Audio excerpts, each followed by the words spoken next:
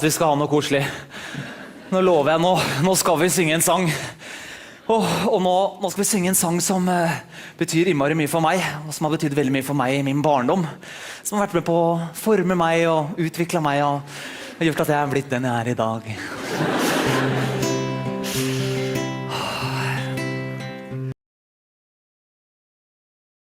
Guys, so today I found a drone in my backyard. I saw it somewhere flying around. It's somewhere near here. I found it. It's somewhere here. I think it went that way. You see it? See it? See it? You see it? You see it? You see that? That's a robot from the government. Drones have evolved over the years and become perfect flying machines. Why are drones designed the way they are today? Why are they so efficient at moving so swiftly? In this video, we'll learn about the drone's mechanical design aspects, along with its electronics controller, sensors, intelligent algorithms, and even satellite technology. So, let's start a design journey, starting with a permitted drone and moving on to the most modern drone. Let's start with the simplest drone design, a single propeller design. One propeller drones provide enough lift force to keep the drone hovering in the air, but there is no way to control this drone. All it can do is go vertical and come down. Another issue is that this drone's body will keep rotating opposite to the propeller, which is a consequence of Newton's third law of motion. You can see the motor's stator supplies the necessary torque to the rotor part. According to the third law, this means that the rotor should give an equal amount of torque back on the stator. Since the stator is fixed to the drone body, this reaction torque will give the drone an undesirable spin. So why not use two propellers? This is certainly a possibility, and a company called 00 Robotics has made a serious attempt to develop such a drone. The fewer the number of propellers, the less energy the drone will consume, and the longer it can stay in the air.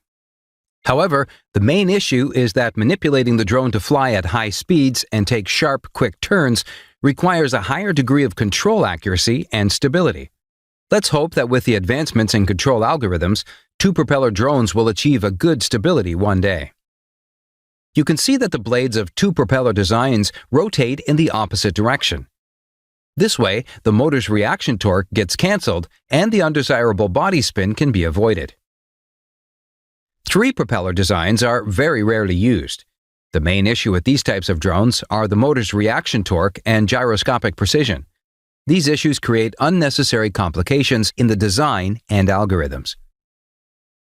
In the next variation, the four propeller drones, or quadcopters, usually have an H shape or an X shape. Now, let's see how the quadcopters do the maneuvers by understanding the interesting force dynamics of them. To achieve hovering, the operator has to just make sure that the weight of the drone is exactly balanced by the thrust produced by the propellers. You can see the beautiful airfoil shape the propellers utilize to generate lift force. To achieve forward motion, the front propeller speed is slowed down while the rear propellers speed up.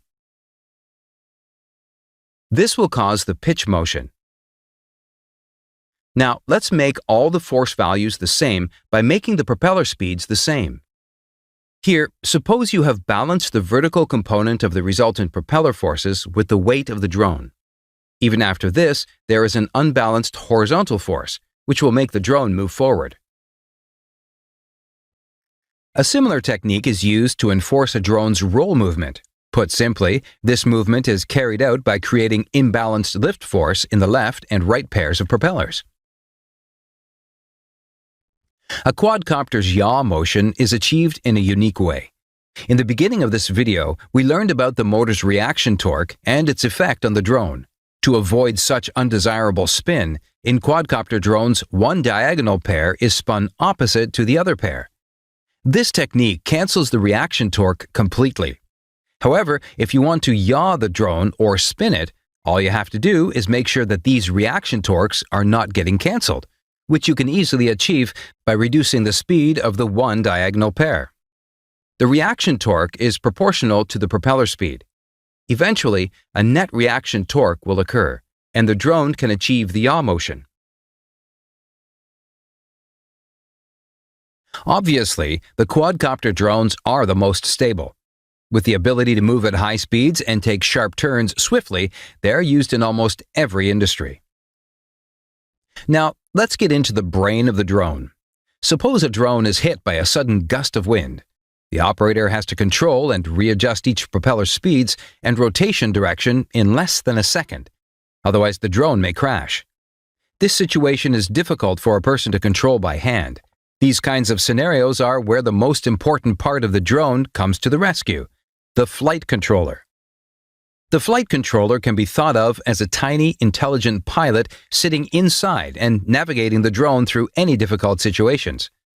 It enables the operator to use simple controls like up, forward, yaw, etc., making the drone operation as simple as a video game.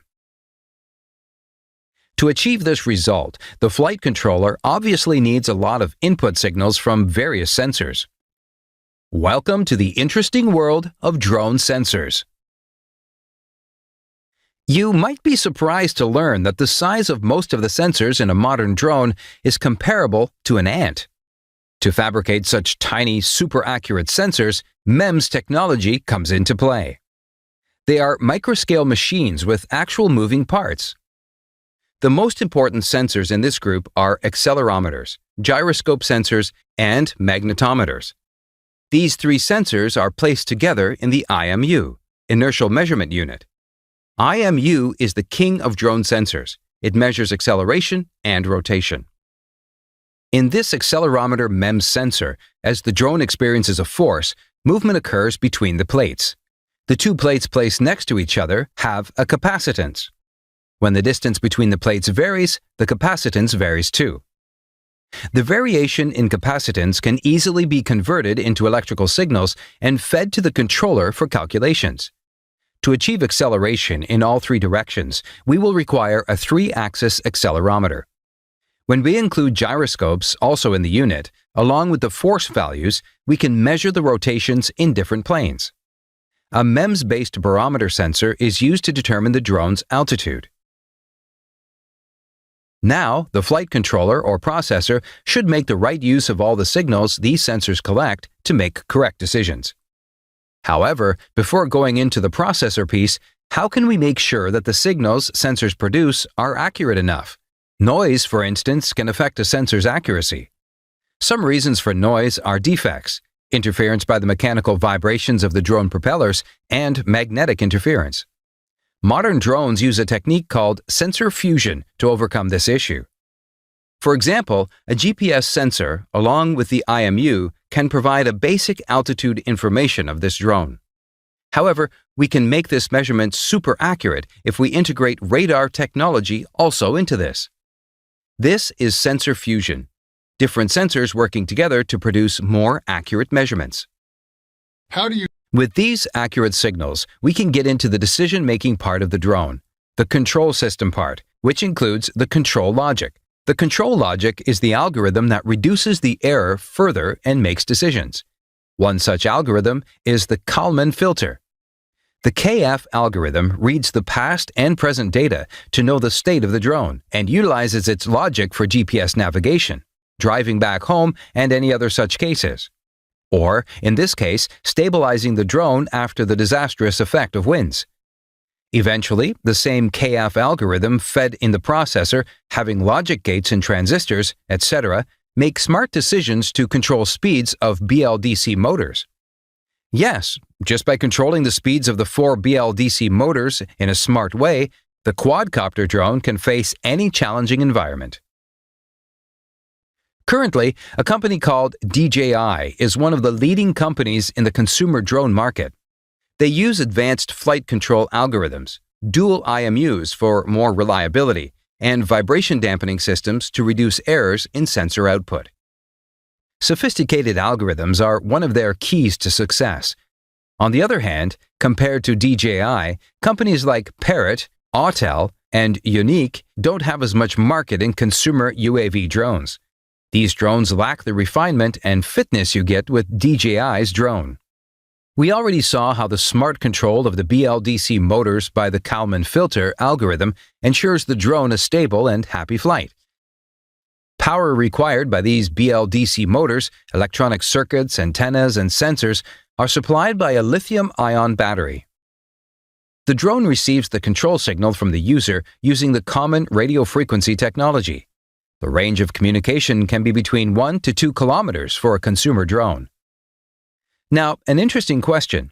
What if the drone accidentally travels out of this communication range? To get the missing drone back, modern drones make use of GPS and tower-based internet technology together. The operator has already set the home location when starting the drone with the help of GPS. This way, the lost drone can safely get back to its home location. We hope you enjoyed decoding the complete drone world. Har du bæsja, har du prompa, har du donglevær I rumpa? Den kjempefin, Anders. Synes du? Ja, den nydelig. Den har vi I Bergen nå. Ja, bare litt annen tekst. Har du drittet? Har du drattet? Har du danglebær I rattet? Har du drete oppi dassen, får du dinglebær I rassen. Store svarte klumper som dingler når du promper. De har det på Sørland også. Ja. Har du esse? Har du fese? Har du donglebær I veslefjeset? Ja, så har du kristenversjonen. Ja. Har du mjaua? Har du fuska? Har du julepynt I buska? Ja, og I Stavanger har du grevla, har du skraua, har du dangla, bær I raua. Store svarte erter som dingler når du fjerter. Altså tror jeg de har det I Trondheim også. Ja. Har du driti? Har du skiti? Har du dongelbær I hiti? Og på Toten har du møkka, her du søla, her du døngelbær I høla. Ja, og I Arendal har du fjona, har du bøna, har du dangla, bær I høna. Store lortebiter som knasser når du skiter. Ja, så har de I Ålesund. Ja. Hva det går I? Hva det gjør på? Har du tyttebær I krattet? Det kan ikke rime. Nei, rimer ikke. Nei. Har du kabla, har du slusa, har du svartball I mannemusa? Ja, litt. Den veldig fin. Det litt sånn. Det Nord-Norge, ja. Langt oppi. Vi har jo han også litt lenger nå. Perko hitta, perko bitta, perko sterke bæsje guttefitta.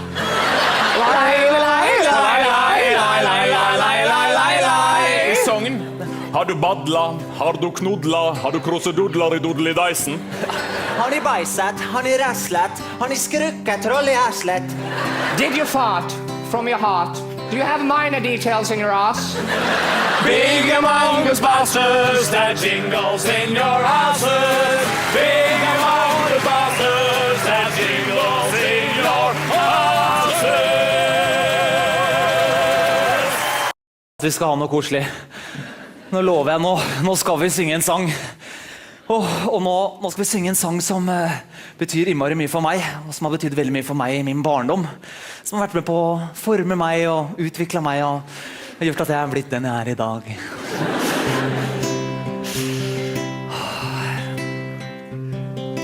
Har du bæsja? Har du prompa? Har du donglevær I rumpa? Den kjempefin, Anders. Synes du? Ja, den nydelig. Den har vi I Bergen nå. Ja, bare litt annen tekst. Har du drittet? Har du drattet? Har du danglebær I rattet? Har du drete oppi dassen, får du dinglebær I rassen. Store svarte klumper som dingler når du promper. De har det på Sørland også. Ja. Har du esse? Har du fese? Har du donglebær I veslefjeset? Ja, så har du kristenversjonen. Ja. Har du mjaua? Har du fuska? Har du julepynt I buska?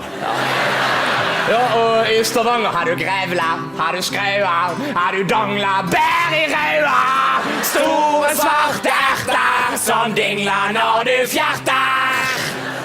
Altså tror jeg de har det I Trondheim også. Ja. Har du driti? Har du skiti? Har du dongelbær I hiti? Og på Toten har du møkka, her du søla, her du døngelbær i høla. Ja, og i Arendal har du fjona, har du bøna, har du dongla bær i høna. Store lortebiter som knasser når du skiter. Ja, så har den i Ålesund. Ja. Hva det går i? Hva det gjør på? Og du tytter bare kratta. Det kan ikke rime. Nei, rimer ikke. Nei. Har du kabla, har du slusa, har du svartball i mannemusa? Ja, litt. Den er veldig fint. Ja, litt sånn. Det er Nord-Norge, ja. Langt oppi. Vi har jo han også litt lenger nord. Perk og hitta, perk og bitta, perk og sterke bæsje guttefitta.